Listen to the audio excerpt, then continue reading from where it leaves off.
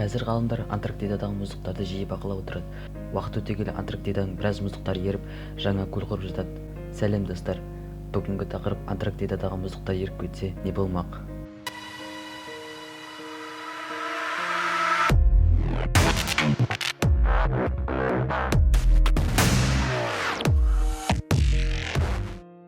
Видеоны бастамас бұрын сіздерге Аликоның каналын ұсынғым келеді. Бұл каналда сіздер интернетте, ВКонтактеде қалай ақша табу керектігін үйренесіздер. Осы каналдың арқасында мен бір аптада аз болса да 500 теңге таптым. Сіздерге де кеңес берем.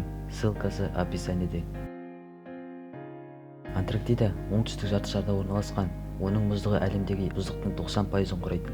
Аумағы 14 миллион километр квадрат. Егер мұздықтары еріп кетсе, Антарктида адам танымастай өзгеріп кетеді. Қазіргі кезде Антарктидада гүлдер, саңырауқұлақтар, бактериялар бірте-бірте көбейіп келеді. Егер Антарктиданың мұздығы ери берсе, онда ағаштар мен жаңа тіршілік иелері пайда болады деп тұжырымдайды ғалымдар.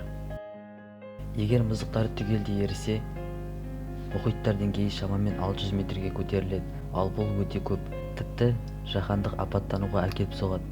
Қазіргі таңдағы жағалауларда орналасқан қалалар су астында қалады. Қара теңіз көтеріліп, Одессаны түгелдей су басады. Лондон, Рим, Венеция, Амстердам атты еуропалық қалалар мәдени мұралармен бірге су астында қалады. Сондықтан сол қалаларға барып суретке түсіп ғаламторға жүктеп қойыңыздар. Кейінгі ұрпақтар бұны мүлде көрмеуі де мүмкін. Американдықтар да Нью-Йорк, Вашингтон, Бостон, Сан-Франциско, Лос-Анджелес және тағы басқа да ірі қалаларсыз қалуы мүмкін. Табиғи құбылыстар саны айтарлықтай өзгереді. Тайфун, торнадо, цунамилер мыңдаған адамды өмірінен айырады. Әсіресе бұның бәрі экономикаға қатты әсер етеді. Мысалға ақш пен Қытайды алатын болсақ, бұл елдер әлемнің экономикалық жағдайына үлкен әсер етеді. ақш-тың миллиондаған халқы қырылып, астанасы су астында кетіп, бірнеше өндірістен айырылса, соңында бұл әлемдік экономиканың құлдырауына тіреледі. Ал Қытай өзінің үлкен сауда орталығынан айырылады. Қазіргі таңда мәселелер қалай қаралып отыр? Кейбір ғалымдар мұздықтардың ерігені қауіпті емес, өйткені олар бір жерде ерісе, екінші жерде қайтадан мұз қалыптасып, халықты тыныштандырады.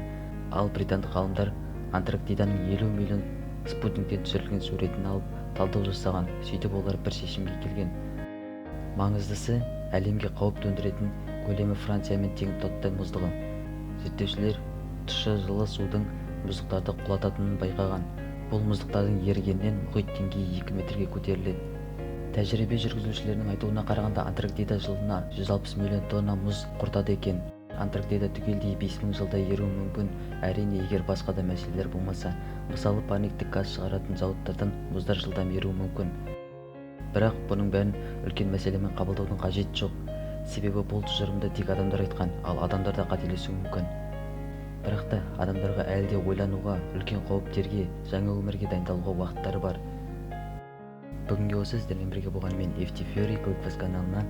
Видеоны көргендеріңізге рахмет, және де менің каналыма тіркеліп басқа да видеоларды қарағандарыңызға рахмет. Алғыс айту күні сіздерге алғысымды жеткізіп қалайын. Аман сау болыңыздар.